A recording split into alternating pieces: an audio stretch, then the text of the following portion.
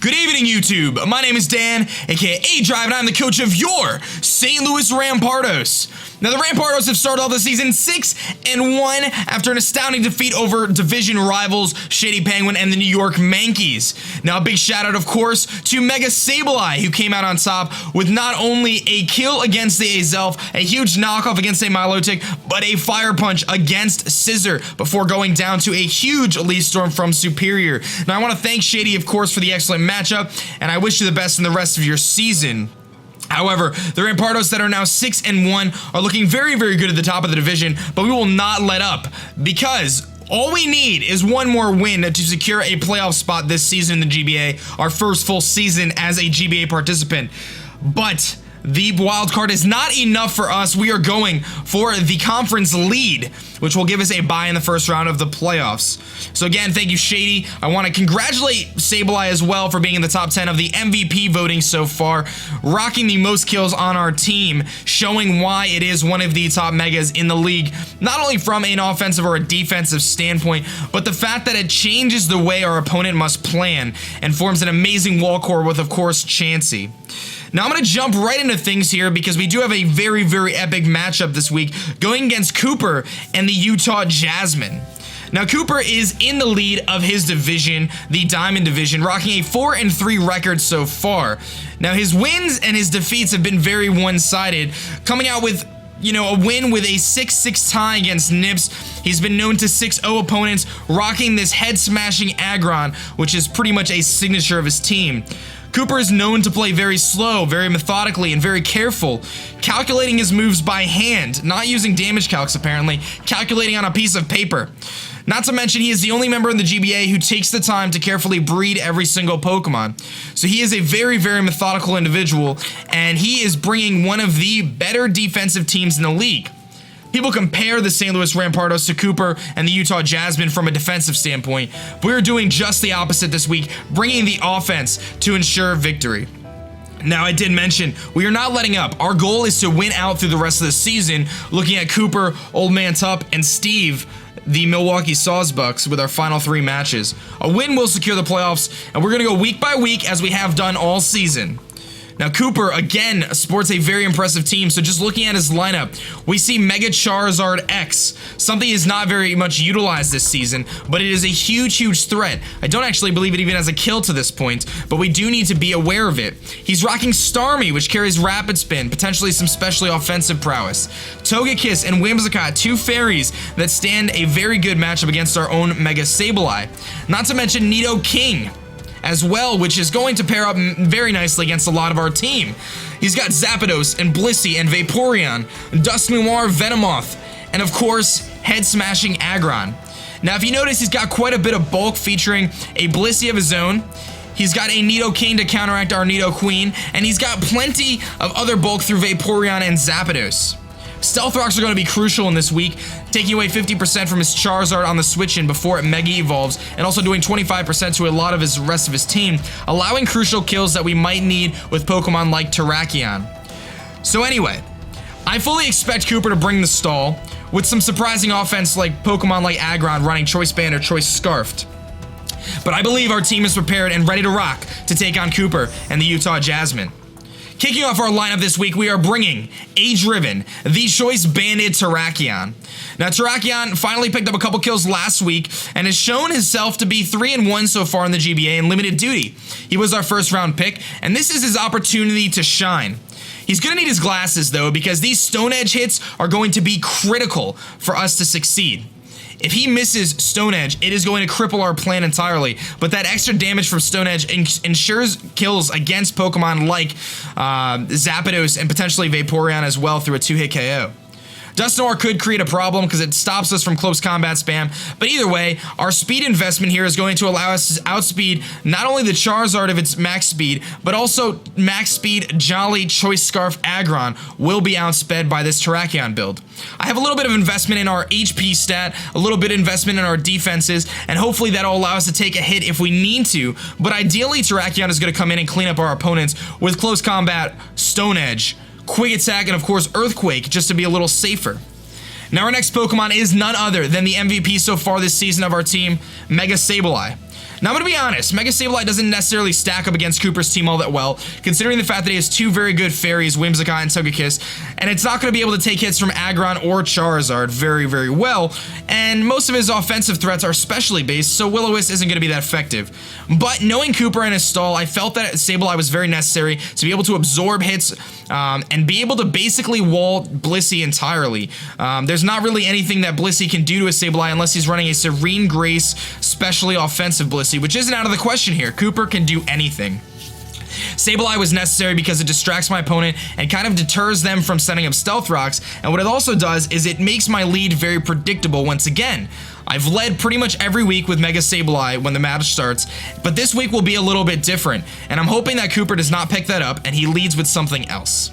Now, our next Pokemon is going to be, actually, let me just kind of jump back to Sableye really quick. The set we're going to be running is obviously Will-O-Wisp, Recover, Knock Off to get rid of items, and Foul Play, which is going to do about 50% to an offensive Charizard X. It's really the best thing we have to hit that thing so we don't get walled entirely. We can break its subs, and it allows us to go one-on-one with Charizard X and hopefully come out with the victory, especially if he sets up on us. Our next Pokemon finishes off our physically defensive and specially defensive core with Chansey.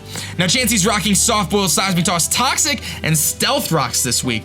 I decided not to run counter because I don't believe it's going to be that effective against a player like Cooper. He is going to be prepared for the counter. Whereas Stealth Rocks is going to be absolutely critical for us to get those rocks to be doing residual damage and forcing Cooper to think about his switch-ins before he does them. My focus is to get Stealth Rocks up within the first 3 or 4 turns of the game, and while I don't plan to lead with Chansey, I do plan on bringing it in relatively early to absorb a special hit, get up those Stealth Rocks, and hopefully keep them on the field. Now, Cooper does have a few Defoggers and a Rapid Spinner and Starmie, so I do have to keep an eye out for that. But if he's forced to Defog or Rapid Spin, that will clear off his own rocks, or it will also give me some momentum that I could use. Not to mention, Sableye is a spin blocker in itself, so there's always that fear. Starmie does not want to take a knockoff either. Our next Pokemon, and fourth Pokemon this week, is going to be Rotomwash. Now, Luke's mom has done a great job this week, and this season, I'm sorry, acting as both a defensive and offensive Pokemon, and this week hopefully will be no different. Carrying an Assault Vest Max Defense set with Hydro Pump, Volt Switch, Discharge for Paralysis, and Hidden Power Poison. Now, I don't know the last time someone ran Hidden Power Poison in a competitive match. This may be the first time ever, but I'm running Hidden Power Poison specifically for Whimsicott.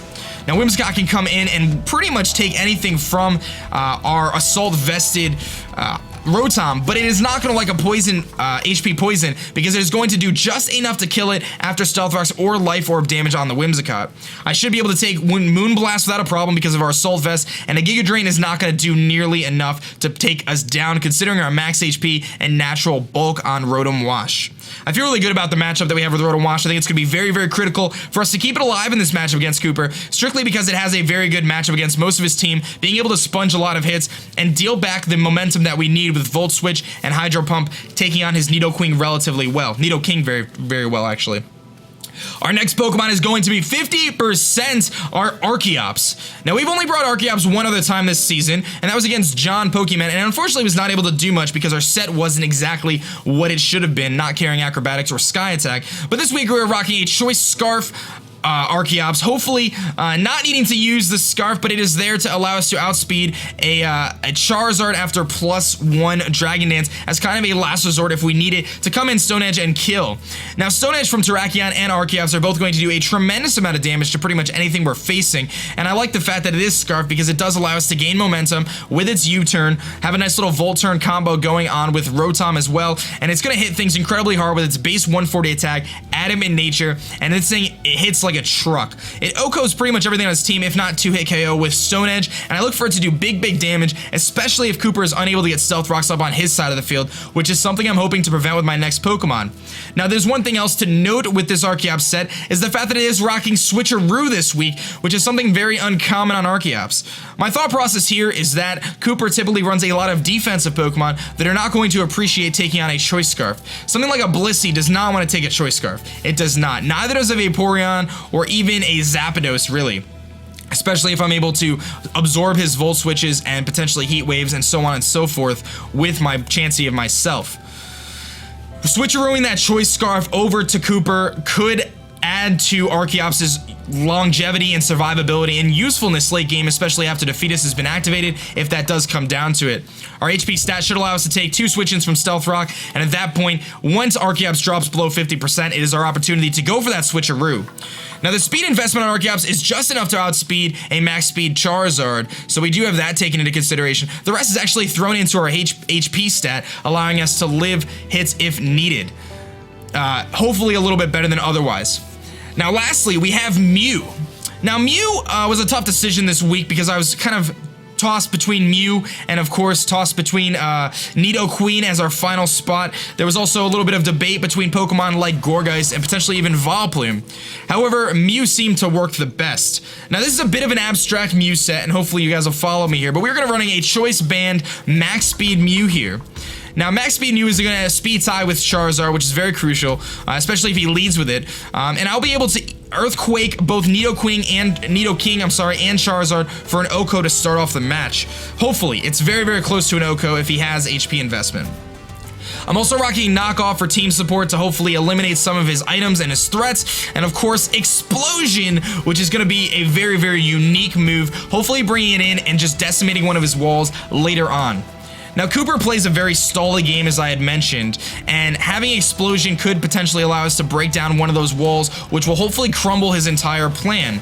That's the way defensive Pokemon games battle strategy works in general. Typically, once you break down one of the walls, the rest of them start to crumble as well with it because it starts to leave openings and gaps for the rest of your team. Hopefully, this Mew is going to be able to do exactly that by breaking down the walls and sacrificing itself with that big explosion. Now, I am carrying Trick as well on this, similar to the Archeops, and that Trick is going to be able to put us in a situation where we can fire off a Trick, swap off our Choice Band to something that doesn't want it, say Vaporeon or Blissey, and put us in a really good spot, understanding that that Pokemon is going to be locked into the same move every turn, essentially crippling one of his defensive Pokemon. Now, you see, I really planned this week to bring the offense, but still maintain our wall core as we have been successful with all season, but also try to innovate a little bit by using a couple trick users, using an Assault Vest Rotom, which is a bit uncommon, and a couple other things that might throw Cooper off just enough to give us the match.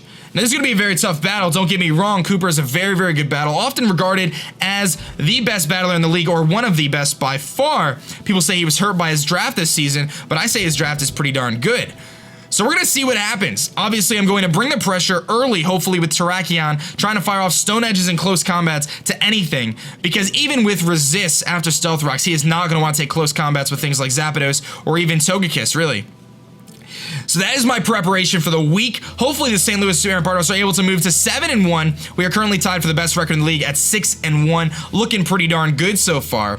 If you guys do like the St. Louis Rampardos, do not forget our t-shirts are for sale for just a few more days now in the GBA. You can pick them up in the description below for only 18 bucks for the t-shirt, 20 for the v-neck, and just remember your support goes straight to me and the St. Louis Rampardos organization, which is of course greatly appreciated. Don't forget to rock your merchandise as soon as possible, and that's going to be it for this press conference. I will see you guys on Sunday. My name is Dan. I'm the coach of the St. Louis Rampardos, and I will catch you guys later. Peace.